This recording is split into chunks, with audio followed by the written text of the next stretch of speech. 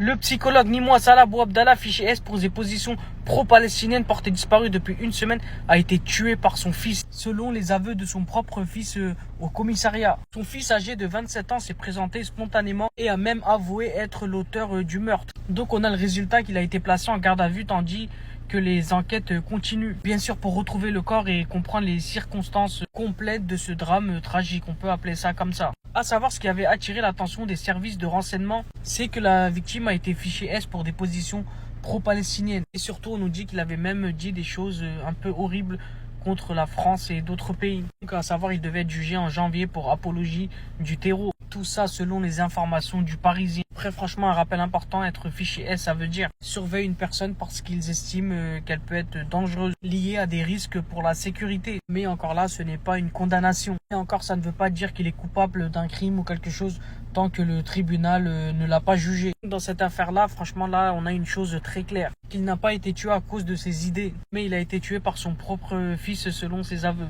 N'hésitez pas à me donner votre avis dans les commentaires, on peut en débattre là-bas.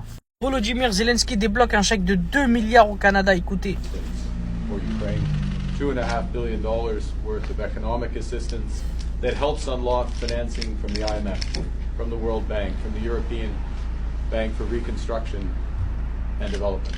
Franchement, à chaque visite de Zelensky, c'est la même scène. Des sourires, des photos et des milliards de dollars annoncés. Aujourd'hui aussi, le Canada promet 2 milliards d'euros. Tout ça sans débat réel, sans bilan clair. Franchement, j'ai l'impression qu'on lui donne l'argent comme si l'argent tombait automatiquement. Comme si poser des questions était interdit. Pourtant, moi, je pense qu'on a le droit de se poser une question. Où va tout cet argent? Savoir, l'Ukraine est le seul pays au monde à en recevoir autant. Surtout aussi rapidement, aussi souvent. Et pendant ce temps-là, on a des rapports d'agences anticorruption ukrainiennes qui parlent encore de contrats douteux, de détournement de fonds. Comme par hasard, on a ces scandales souvent après les visites officielles. Personne ne nie que l'Ukraine souffre de la guerre. Mais franchement, aider ne veut pas dire signer des chèques les yeux fermés. Parce que cet argent-là, c'est l'argent public, il vient de nos impôts. En tout cas, c'était mon avis. N'hésitez pas à me donner le vôtre dans les commentaires. On peut en parler. 350 arrêts de travail par jour, écoutez. De ceux qui travaillent à la RATP aussi, qui sont victimes d'agressions.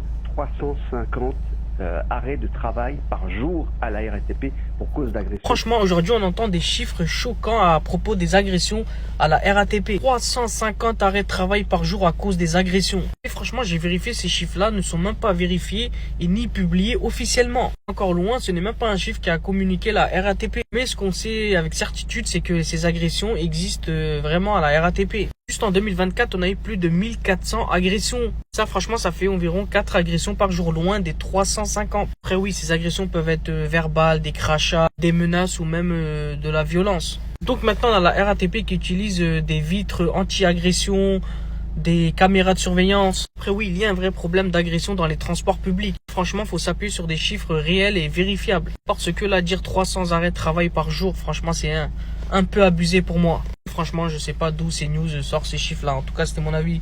N'hésitez pas à me donner le vôtre dans les commentaires, on peut en parler.